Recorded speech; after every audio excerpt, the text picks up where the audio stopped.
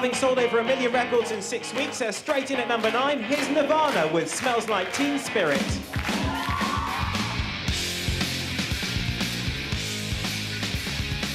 It was time when the music industry, rock and roll, just needed to be shook up. This little band from Seattle having the audacity to like break onto TV and be so subversive. It was punk rock.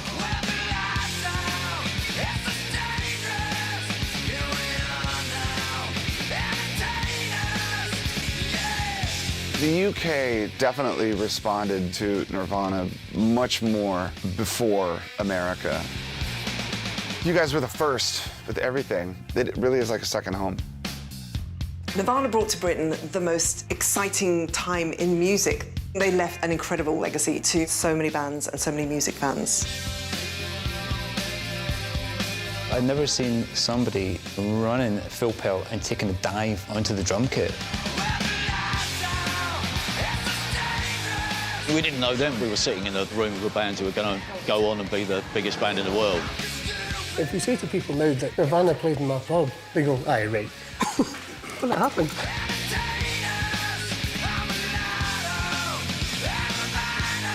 He came on in a medical smock. It was just wonderful rock and roll theatre. Everybody's talking about grunge. What exactly is it? They made it all right to be an outsider. They made it all right to not fit in. A lot happened to Nirvana in a very short period of time, and that can be hard to survive.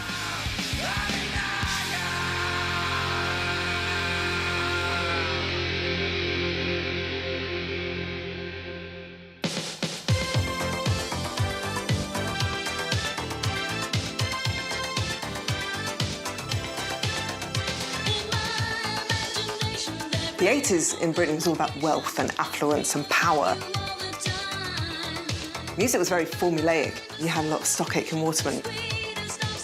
Everything was just very shiny and very happy, and there was very little rebellion. I was always one of those people who never felt like they fitted in. And I think a lot of people like myself were seeking something else that was an alternative.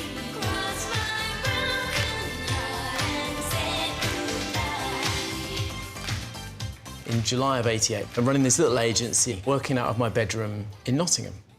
I had no cash, and I was promoting gigs and losing money. Purely by chance, somebody called me up and said, oh, you know, there's these people in Holland and there's these guys in Germany and they're bringing bands to the UK. I wonder if you might be interested in helping them to set up some shows. And I started to develop these relationships with these American artists and the American labels, and I begin to hear about the label Sub Pop.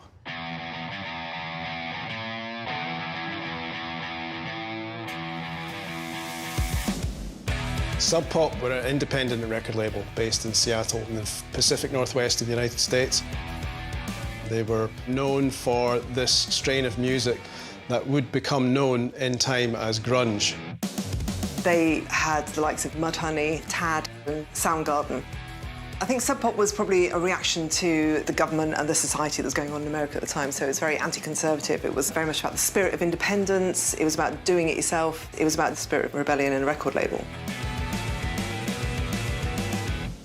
And one day through the post, I get sent a 7-inch single of Love Buzz, the first Nirvana 7-inch. With a little note, I think you'll like this.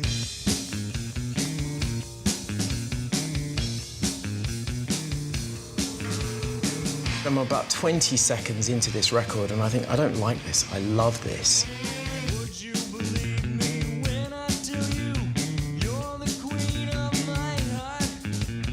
This very raw vocal and this real melodic sensibility.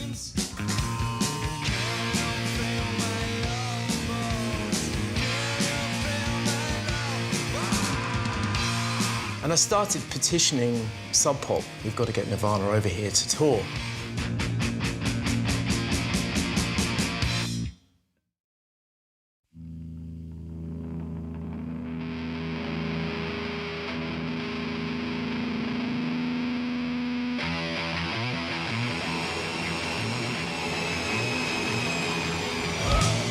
Nirvana came to Britain in 1989. They were touring with Tad, a double headliner Sub Pop extravaganza, and also with an opening band called the Catran, who are from Edinburgh in Scotland.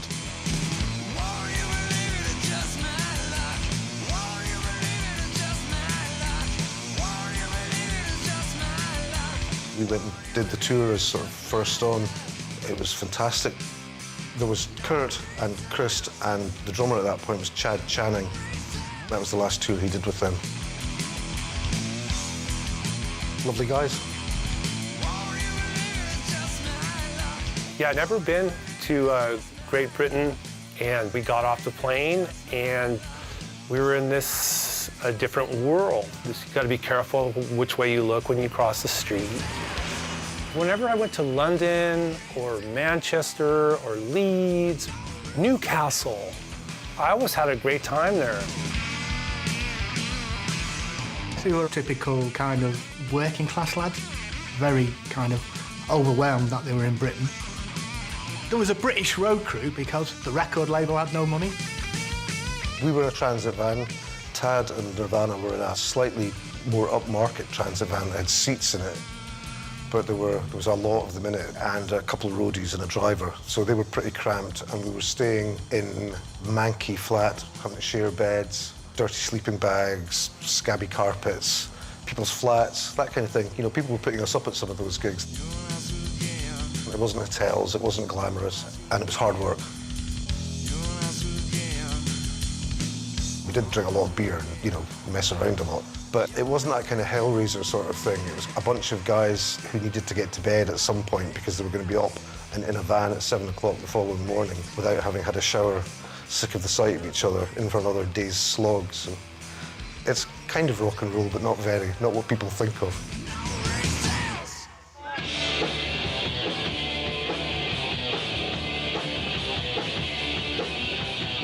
In 1989, I would have been 20. I was hitching around following bands. There was like a real sort of underground little movement of people who were just living that life.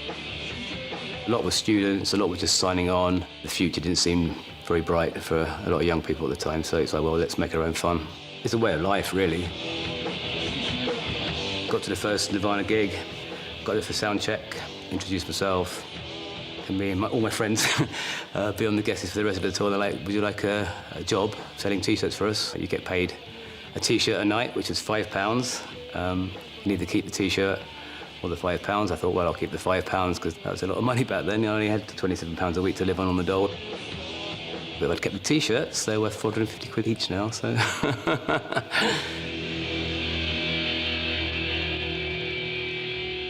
I remember at Duchess of York and Leeds, pub by day, gig venue by night. It was small but excellent and filthy beyond words. The Duchess was basically a starting point, you know, for bands coming onto the scene. Tad were the headliners. They were considered to be the better band, and Nirvana were in the middle. I'll be honest, I certainly didn't think that they'd be the band that they turned out to be. This is a really good photo of them loading in, and I think Kurt's in the picture somewhere. It just shows the mundane side of touring with bands. But it's not like today where they roll up with 3 Arctics, these bands, and like loads of makeup people in wardrobe and, you know, yoga instructors. It was just like, you know, 3 guys in a band. That was it. Going on stage, you know, what's the story? We went up there and just did our thing. People were connecting with it right off the bat. In those days, you know, they were all prepared to, like, just dust down anyway, you know, just to get gigs. And Nirvana went upstairs and they kept everywhere around the dressing room. We had a white leather sofa, and the bands used to write their autographs on it. And Kurt slept upon the sofa in my office. In the end, I gave it to the Sheffield Rock Museum, which I thought was quite funny. It would have normally been the situation that we would have played at the University of London Union, which was the established venue for breaking artists coming from the sort of alternative music world, but they didn't want us. I think they considered that there was something rather undesirable about these noisy and filthy punks. So we ended up at the School of Oriental African Studies. It was very chaotic. Just constant stage diving, just absolute total chaos.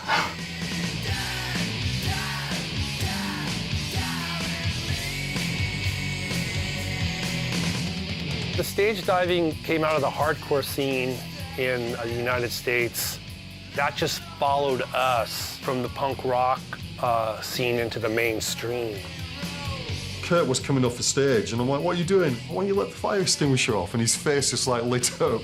And he grabs the fire extinguisher and just runs on stage and lets it off. Just like being in charge of like naughty kids, you know. The other side of it is like we were getting paid for it and just getting away with it, you know, so it was all good. And that was Kurt.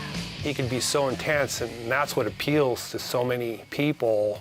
And in the meantime, we would try to have as much fun as possible and just be really silly. Maybe that was just kind of to balance the intensity.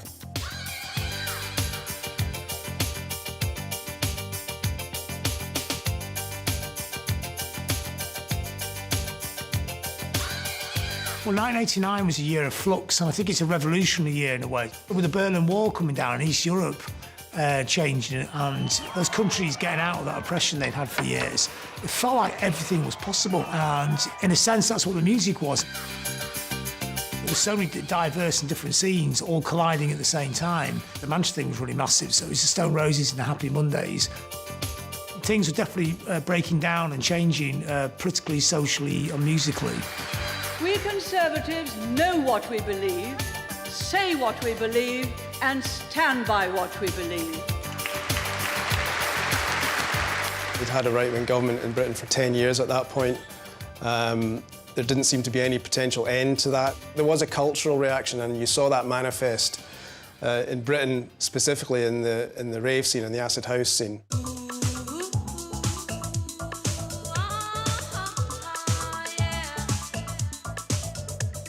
People were taking matters into their own hands, and you know, the authorities were trying to clamp down on these illegal rave parties.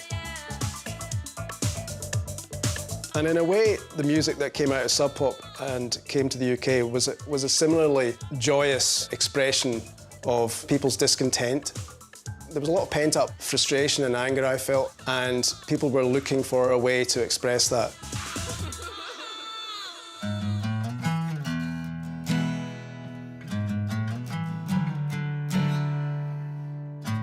Between 1989, when they toured the UK for the first time, and when they came back in October 1990, Nirvana had a lineup change. Chad Channing left. Chad was a great drummer, but in Kurt's mind, he was the wrong type of drummer for Nirvana.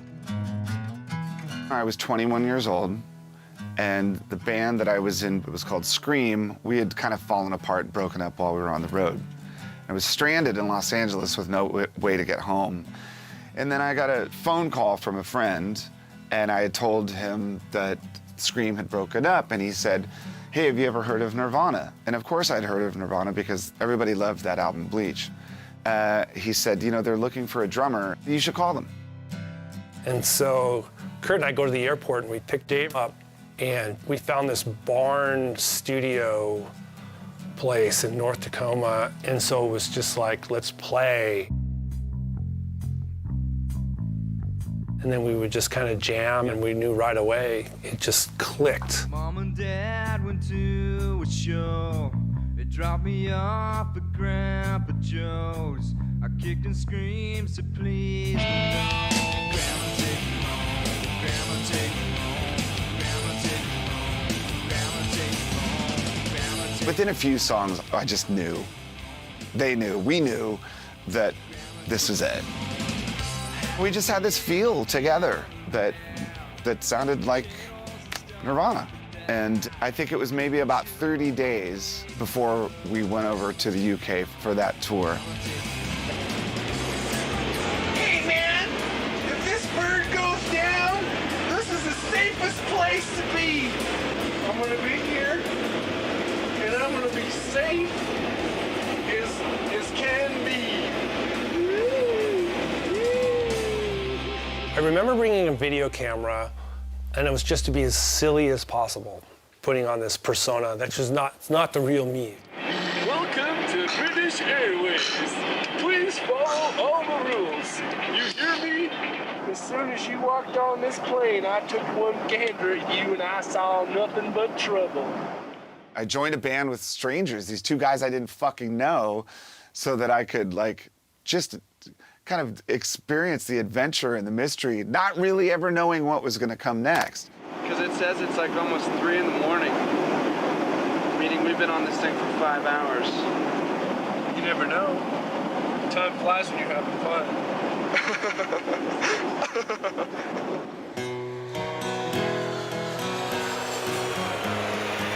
20th of October 1990, we picked them up from Heathrow. We brought them into town and they went and stayed at the Dalmatia, which is a guest house in Shepherd's Bush Road.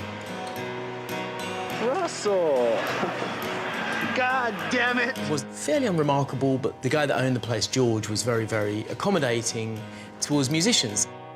One day, Nirvana basically knocked on the door and said, have you got any rooms? So I said, yeah, OK. How many nights do you need? So they came in, they had a look, they said, yeah, this is fine. Got them upstairs to sign the visitor's book, and that was that. They came in. They said, oh, we got all of this stuff. And I said, well, OK, I'll stick them in the basement. There were all 3 of us, like, crammed into one little room, like the monkeys, you know, and, like, Chris's bed's there, Kurt's there, and I'm over here. We'd wake up in the morning, there was this nice family that would make us fried toast and beans and bangers, and we'd just sit there drinking tea all morning. It was a massive upgrade from the Scream days. I mean, in Scream, we stayed in squats. We stayed in places where you'd show up and they'd be burning the linens out front because there's a fucking scabies outbreak. And so when I joined Nirvana, to me, that was some Four Seasons shit. Dave Grohl, he's one of the few people I've met who's always happy. Kurt, he would be sometimes withdrawn. I couldn't pin him down, character-wise. Whereas Chris, because he was Croatian and we're half Croatian, we'd have a bit of a connection. My favorite time being in Britain was at the Dalmatia house. I'm a Dalmatian. Not the dog with spots, but from Croatia. My parents are both from there. And so I felt right at home. We would walk around and just get lost. Let's get some tea at the Dome Cafe. Want some tea? Yeah. Okay. We were broke, but it just felt homey. I can't get used to the traffic situation. Well, fuck it, man. Fuck it, man. Start driving normally. I have such fond memories of that time. I mean, we were kids, you know? I was 21, Kurt was maybe 23, Chris was maybe 24. We went down to Kensington Market and just, like, bought as many records and cool leather jackets as we could find. And there was a kebab place which was open, luckily for us, till 3 o'clock in the morning. Yeah, it was an extension of their kitchen.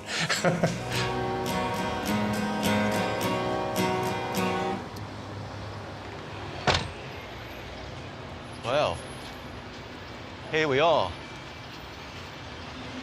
Doesn't look like much difference when I was last here. This is where the Dalmatia Hotel used to be. And down there, I think that's the bus stop where we did some of the photos the day I interviewed Nirvana here. So I interviewed Nirvana in, I think it was late 1990. I was working at the NME at the time. We turned up at this slightly anonymous hotel, and I think Kurt opened the door. Chris Novoselic did the entire interview laying on his bed, well, with the covers over him, actually, moaning about the English cold which he'd picked up.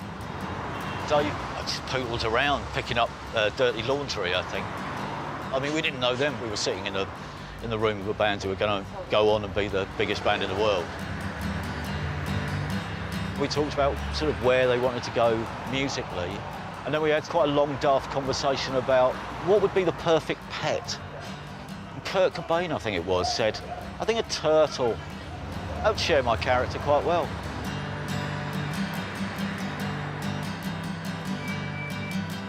We came outside and Martin Goodacre, the photographer, did some shots, I think, on the steps with the Dalmatia Hotel sign behind. There's the famous Kurt Cobain shot where he's sort of doing this kind of just looking up at you. And I remember Martin having his camera ready and Kurt wouldn't look up. So Martin is persisting and saying, come on, Kurt, you know, look up.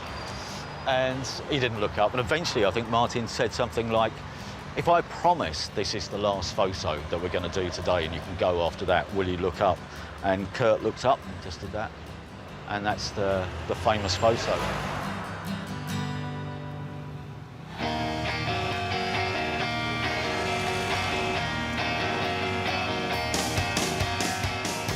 The first tour that I did with Nirvana in 1990, that to me was my rock and roll fantasy come true.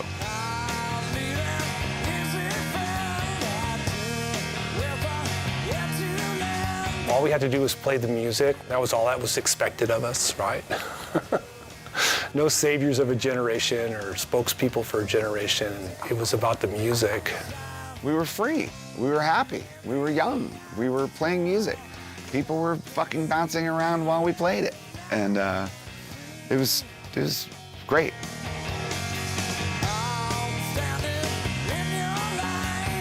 And you could tell at that point, like, something was happening. The UK definitely responded to Nirvana much more before America. It just seemed to me like you guys were the first with everything. Like, we cut our teeth there. After that tour in the UK, I remember going back to America to those same bars and clubs where we were playing to 99 people, 150 people. It was definitely not like it was in the UK.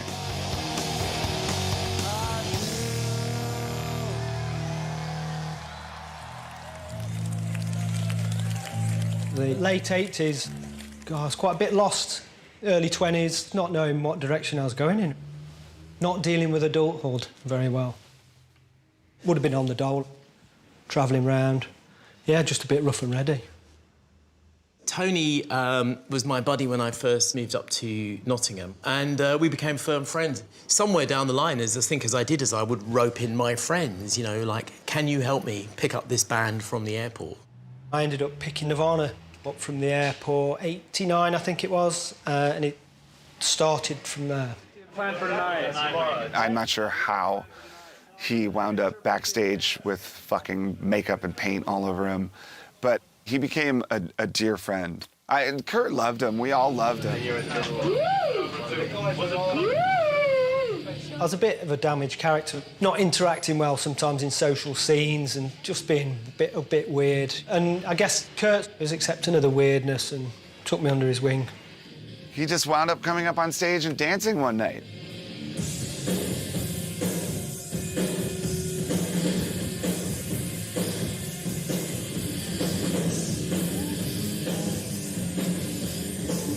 This guy just started dancing on stage and like, well, there you go. And it was like, well, it's kind of fun. Well, I was just feeding the energy from what was going on stage. Maybe it'd been a bit of Native American dance or just pogoing or just doing something odd, you know, it was just do anything, freestyle, you know.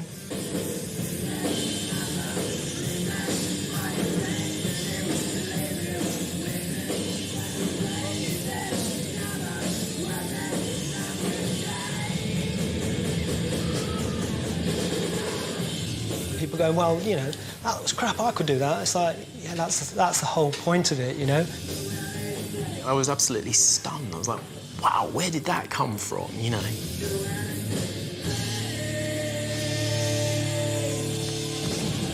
Stone Roses had Cressa, Happy Mondays had Bez, we had Tony, you know? And, yeah, he's better than all of those.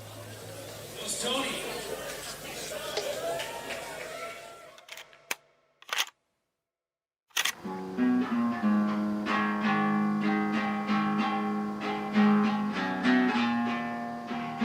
Another thing I want to ask you is about your influences. I would say the biggest influence I've ever had would be the Beatles, because I listened to the Beatles since I was 5 years old up until I was in 4th grade. And I wanted to see the Beatles, and it was about 1973, and I heard on the radio that they'd been broken up for 3 years, you know, and I was totally devastated. She gives me everything, and tenderly.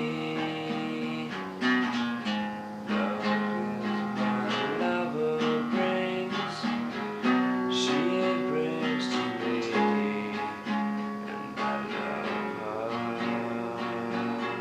The Beatles were a huge influence when I was young.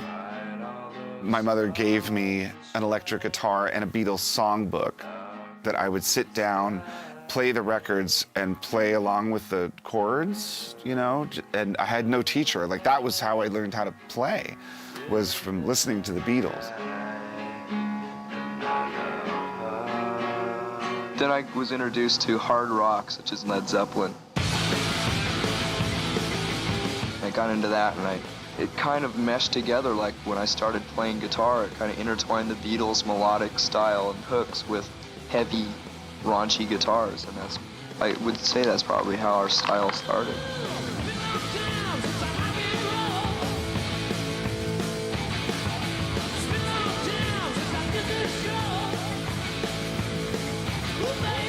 I'd like to think that Britain were kind of dear to Kurt and to Nirvana, more so than maybe some other places. This was the place where a lot of Kurt's favourite bands had come from. We had so much respect and so much love for bands from the UK, like the Vaselines, Raincoats, because we thought like their music was worth being heard by the masses. You know, if you enjoy Nirvana, you might enjoy this.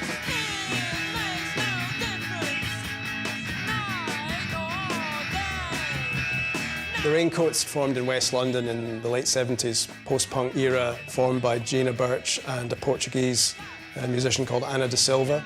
And Kurt was a big fan. When he first came to London, he went on an odyssey trying to find the Raincoats record because you couldn't get it in the States.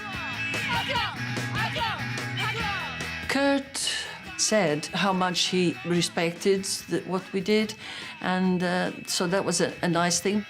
I was completely surprised. Kurt wrote this thing which got faxed to us. The Raincoats recorded some music that has affected me so much that whenever I hear it, I'm reminded of a particular time in my life when I was extremely unhappy, lonely and bored. If it weren't for the luxury of putting on that scratchy copy of the Raincoats' first album, I would have had very few moments of peace. It's very touching. Yeah.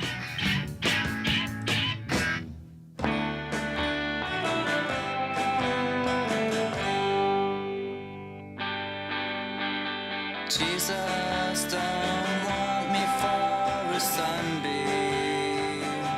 The Vaselines were a great band from Glasgow. We're playing really great melodic guitar, indie rock. I mean, Jesus Wants Me for a Sunbeam. It's an amazing song. Don't expect me to cry. Kurt was a huge Vaselines fan, and he would talk about the Vaselines in interviews, and Nirvana covered several Vaseline songs. Nobody liked us and nobody really knew us, so we were just having a night out in Edinburgh, playing a gig, and got to meet Nirvana, who were complete strangers. And Kurt, he liked our music, and it was a moment, you know, that I'll never forget.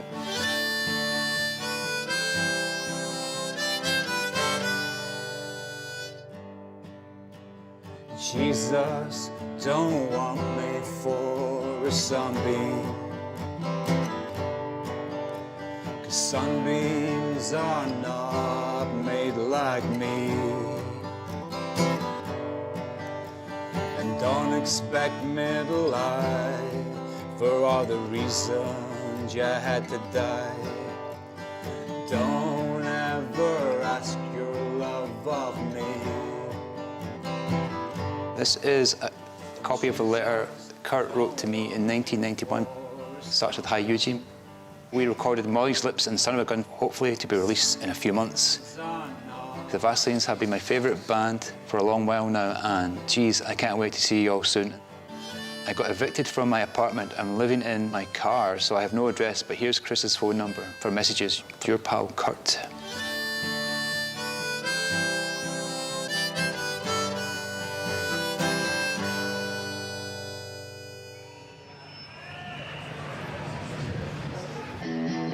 When we played the Reading Festival in 1991, I think we were halfway up the bill, playing in the afternoon. But just seeing like 30,000 kids dancing to Nirvana, it was fucking awesome.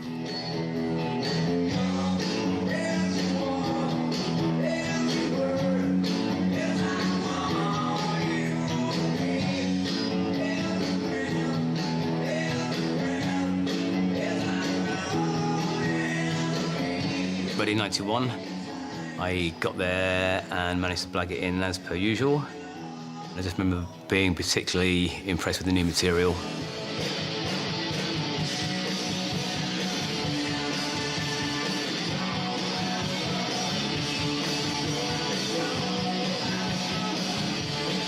feel it in the atmosphere, in the crowd, definitely. Yeah, blown away.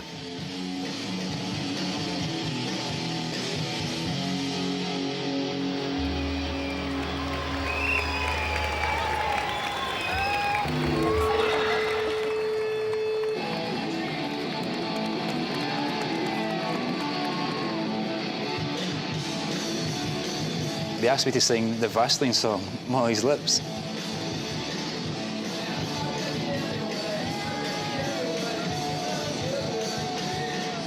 And I'd never been on any festival stage in my life, and it was an amazing thrill to sing one of your songs played by this great band.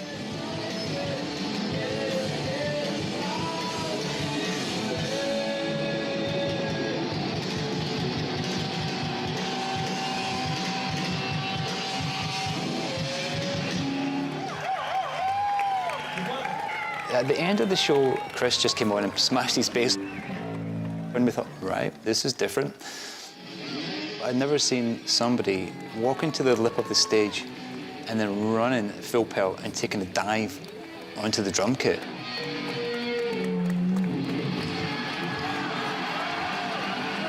And I was standing next to people in other bands like Mudhoney and Sonic Youth, and they all went, ha-ha, like it was funny. And I went, oh, what's he done? And yeah, I think Kurt dislocated his shoulder and he had a sling for the rest of the day. After Reading, Kurt sent me a copy of the Nevermind cassette.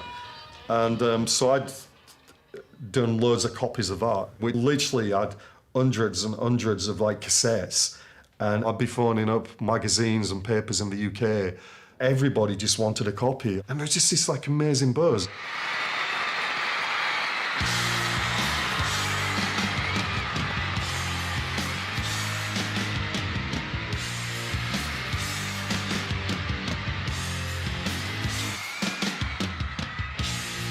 Those songs are so catchy, and you could tell that it was a step up in terms of the songcraft that Kurt was summoning up.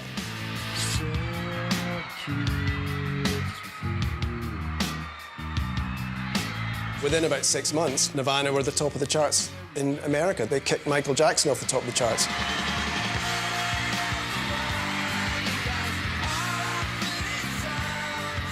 You could feel that the energy was changing and that the pace was really picking up. You know, the days of just laying around a bed and breakfast and then loading your equipment into a club to play for some people had passed.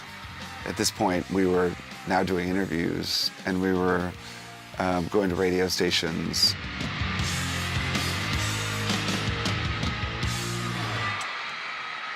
I was working on The Word, which was a TV programme, and I was booking bands. And I remember sitting in the office, and it was a record label who contacted me, and they said, we've got this band, and they're really exciting. We think they're going to blow up. And just as soon as I listened to the song Smells Like Teen Spirit, it was like, OK, right, you know, we've got a space next Friday. Can they do it? Are they available? I want them on the show.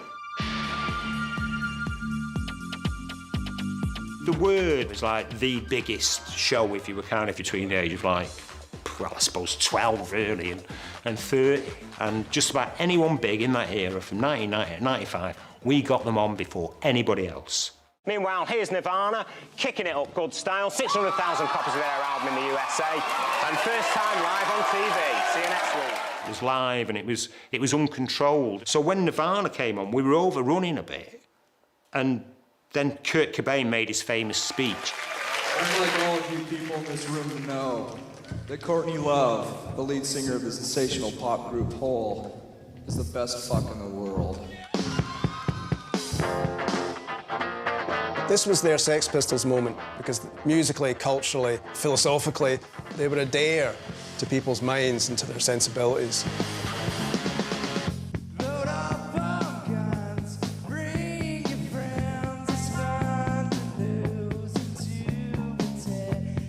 To me, that was almost like a statement of intent. It was like this little band from Seattle having the audacity to like break onto TV and be so subversive. It was punk rock.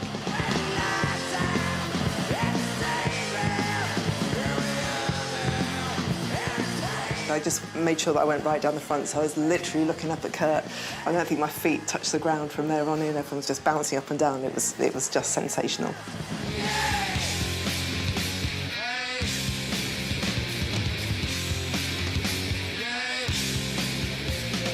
It smells like Teen Spirit. It was probably the first time I'd ever heard someone genuinely scream their songs and what they were singing. His voice was just that raw.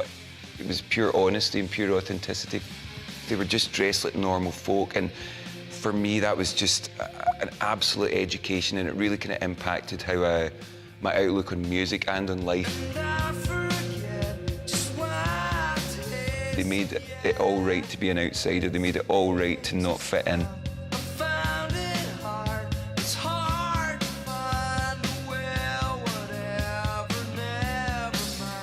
From when I was 12 to when I was 15, I just wanted to be Kurt Cobain. You know, I had all his posters on my wall. Literally every inch of my wall was covered with Kurt Cobain.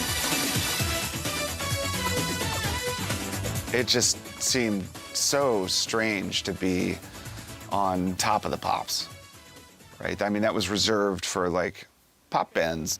We don't belong there.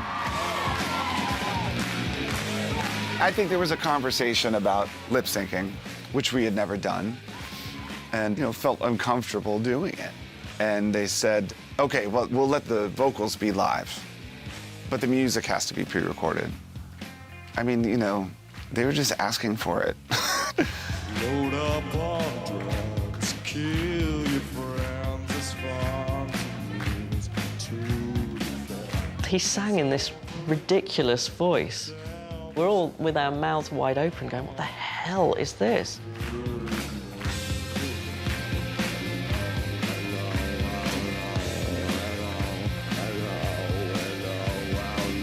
The audience, some of them may have been fans and knew what to do, and then there was this other faction that was just like trying to, you know, dance to it.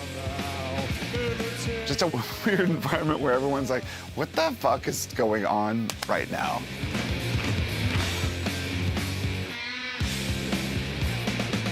Top of the Pops back then was like the biggest TV music show you could possibly be on. This was their big, big moment, and he completely sabotaged it.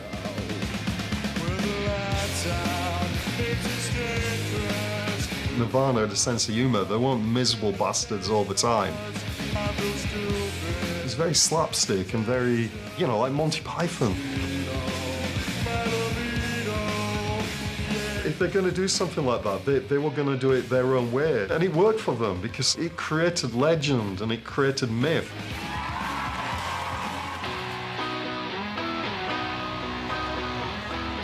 In late '91, Nirvana played a gig in Edinburgh at the Carlton Studios, and then afterwards they went to a bar called the Southern. And this night, Kurt and Dave did an acoustic set in this rough and ready boozer. I wish to God I'd been there, because it must have been unbelievable. Well, it has changed a bit, but still the same building. Ah, it's trying to place where everything was, because there was a raised stage up there and stuff like that. Looks cleaner than it did. It was primarily a biker bar. So there was always a line of bikes parked outside on the street there. It would be rammed, and it'd be really noisy. Dunsey and I were in a band called the Joyriders, and I knew Nirvana from being the previous band that had supported them on tour, the first UK tour. We were doing a charity gig for the Sick Kids Hospital in here. My brother was their tour manager, and we knew they had a night off, so we kind of asked if they'd do it. They said yes. It started getting really busy in the sort of middle of the afternoon, because obviously word had got around I remember it filling up and thinking, this is kind of spiralling out of control. The place was rammed. There was, what, about 200, 300 people in here? As we went on and played longer...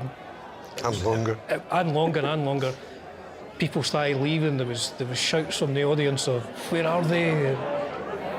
Did anybody here come to see Nirvana?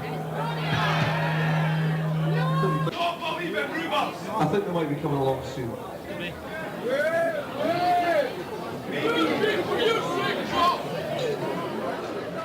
I think people were really gobsmacked when David and Kurt showed up at the door. I said to Murdo, I think we'll survive this. I think we'll survive this. So, I mean, the vast majority of people who had been here during the day had left, so there was maybe only 30 people left when the band actually turned up. But if you were to do a straw poll in Edinburgh, you'd probably meet about like 500-600 people who will tell you that they were at the gig, so, who weren't. So most of you may have realized Dave is not Chris. Dave plays drums. He doesn't know how to play bass.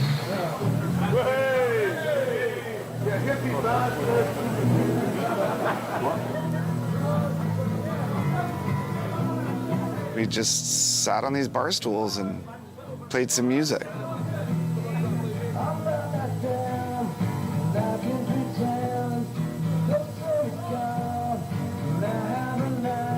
I felt completely comfortable doing that, maybe more so than anything else we were doing at the time, like playing on top of the pops, you know, that just seemed a little more natural to me. To see them with pints, strumming acoustic guitars, just being really relaxed and having a bit of a blether with people, it felt really special. They played and then they hung around, we shut the curtains, and then we just stayed for most of the night. Yeah. And then I sat at the bar and someone gave me a lesson in whiskey that went on for a long time. If you say to people now that, you know, Nirvana played in my pub, they go, aye, right, go to the other one, you know. But it happened. What everyone does know about Seattle now is its music, which sounds like the illegitimate offspring of punk and thrash metal and looks like the result of a nasty accident in an Oxfam shop. Grunge. I wasn't really plugged into the mainstream world, so I never thought that we would have anything to do with it because we were kind of weird. And then, yeah, the next thing we know, we're just really, really popular. Everybody's talking about grunge at the moment. What exactly is it? Okay, it's against the commercialization of the 80s, and it's very anti-fashion. It's got to be dark and preferably faded. Flannel shirt like that, perhaps, over there, which you actually put around your waist, and you don't actually wear it as a shirt, just as something to cover your bottom, really. It doesn't matter if your jumper's got holes in it. You can recycle clothes, and you can wear just like the scruffiest things.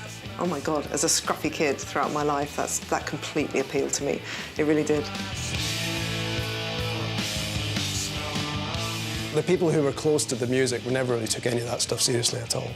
Once you start having £5,000 check shirts being worn by models in New York fashion shows, you know, the shark has been well and truly jumped. You have to remember how bizarre it was that Nirvana became so omnipresent and so culturally important because they were the first band in my mind to do that, to actually be so visceral, to be so cathartic, and to actually break through into a mainstream crowd. And Nirvana almost re-qualified what pop music could be at that point.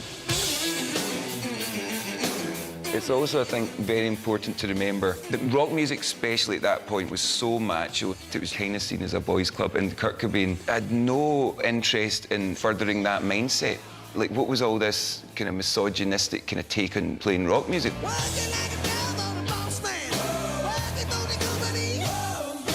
You know, it was time for the music industry, rock and roll just needed to be shook up. You know, there was Aerosmith and this kind of a hair metal scene that was that archetype, right? And then when Nirvana, we had facial hair and we had grubby clothes, but we had a very feminine sensibility, right? And that's how things change.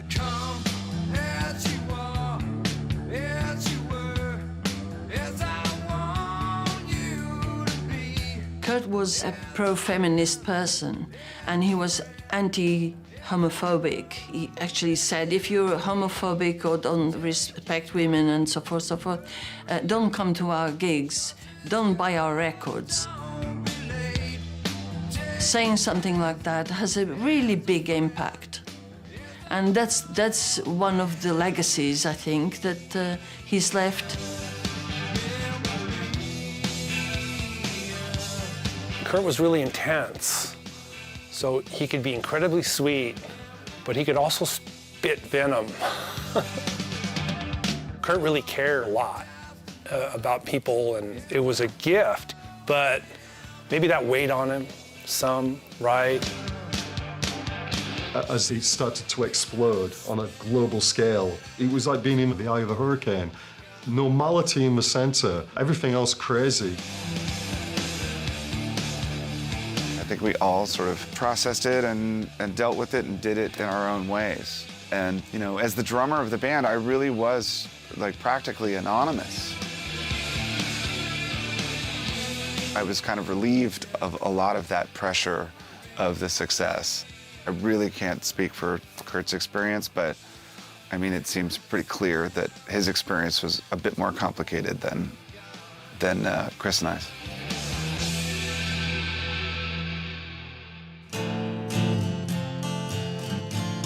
By summer 1992, the tabloids were feeding on every bit of Nirvana's gossip, rumour that they could find. So there was a rather fevered atmosphere that was building up in advance of Nirvana's headlining appearance at Reading in 1992. There was loads of rumours that the band were going to split up, and there was lots of talk that they were going to cancel Reading.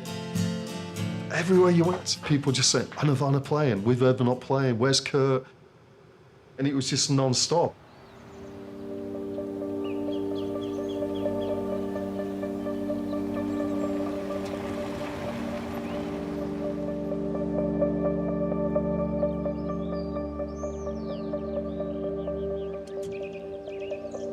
This is Little John Farm in Reading, the site of the Reading Festival for eons.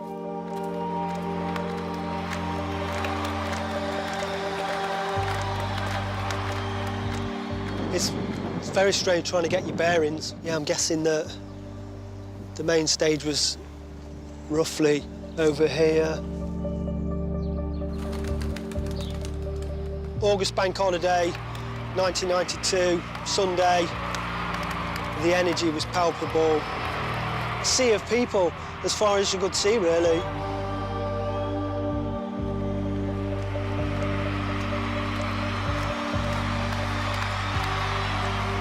On the night, Kurt just masterfully sent up all the scare stories.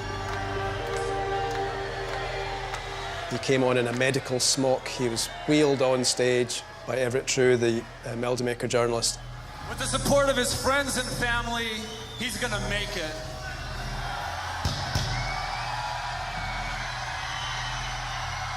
I remember standing side stage, giggling, just hysterically. Some say love, it is a river.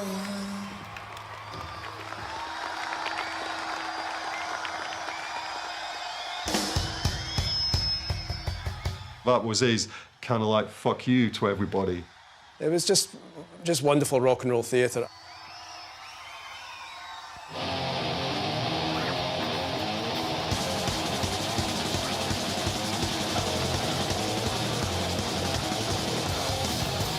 I definitely felt like we had to prove ourselves.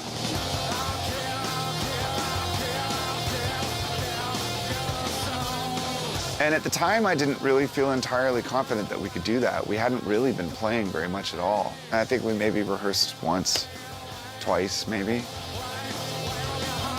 I think every amount of frustration and anger that they had felt over the last few months was channeled into that show.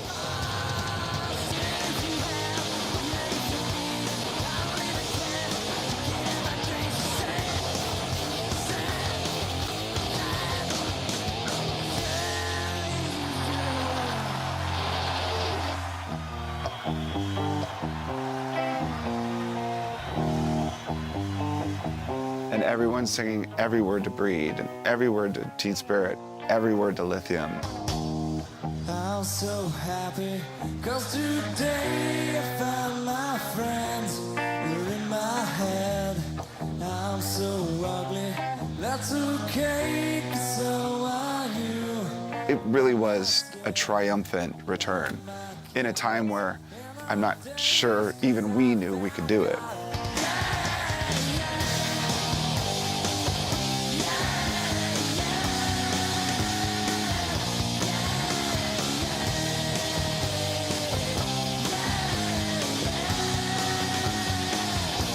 I just remember being so fucking relieved that we didn't train wreck in front of everybody.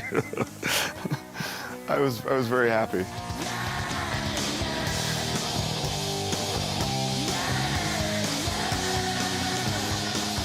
I remember it being a little bit ramshackled, but that's punk rock, innit? At the end of the night, I just overdid it. Just too much head banging, and yeah, I had to wear a neck collar for a few days, give myself whiplash.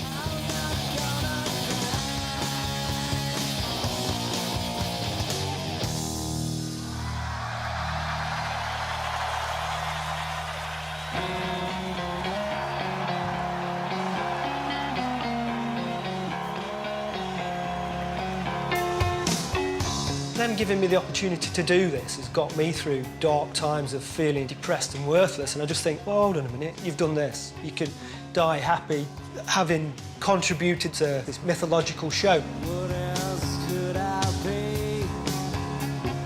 All apologies. It's bittersweet, 92, you know, it was the last time I saw Kurt.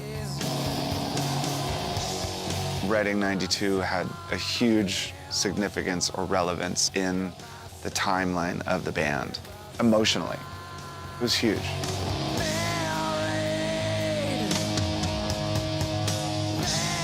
And unfortunately, this is the last time we ever played the UK.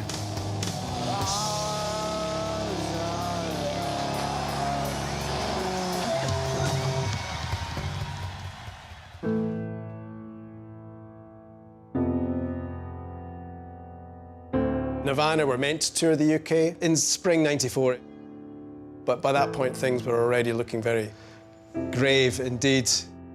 There had been an overdose in Rome, the tour was cancelled, things were really, really serious at this point. Even though Kurt was really talkative, it just wasn't the same energy. The crew and everything was flat. It just wasn't the same. It was kind of obvious he had a bit of a drug problem back then. He was just really uncomfortable. A lot happened to Nirvana in a very short period of time. Those few years between headlining Reading 1992 and canceling that 1994 tour, it was kind of like being shaken from side to side and just holding on, trying to keep from sinking. And so, in a way, that was us saying, no, this is not going to happen right now. We need to take care of some other shit. Nowadays, depression is, everybody talks about it more openly. You've got to look after people. That person's struggling a bit, we better go and help them. That didn't happen then, did it? Society used to be all about just coping and getting on with it, and you'll all be okay. There was so much bravado, and it never felt like it was the right thing to do, to put your hand up and just go, God, I'm struggling here. From 1991 to 1994, when I think about that period, it feels like it was 10 years. It was really intense, just from the attention. Those are these personal things that I'm still trying to get a grip on. And we just wanted to make music. It wasn't till late Thursday night, early Friday morning that people in Britain found out the news.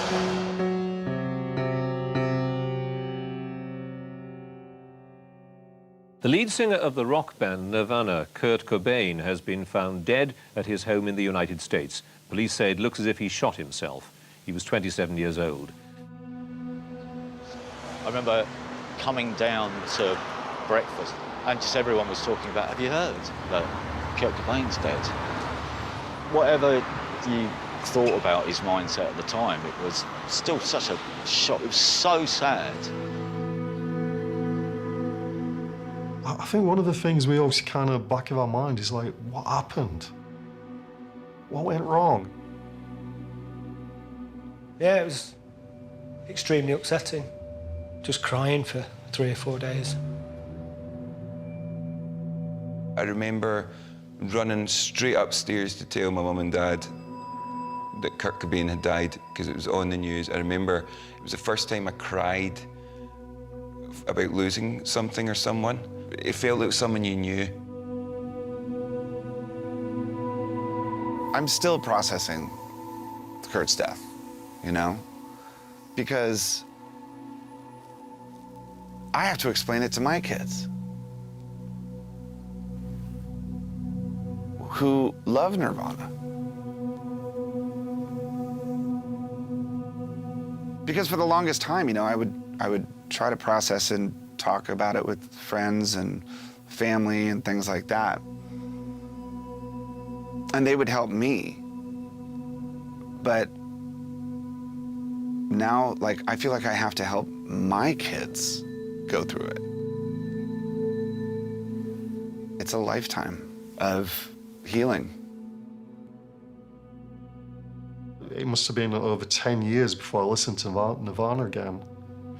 I'd hear tracks every so often, but most times if they ever come on, I try to listen to them, but I just find it difficult. I think all of us flailed around for a few years, and through the sort of the rest of the 90s, it was a very, very tough time personally and emotionally, and there wasn't any real closure on it.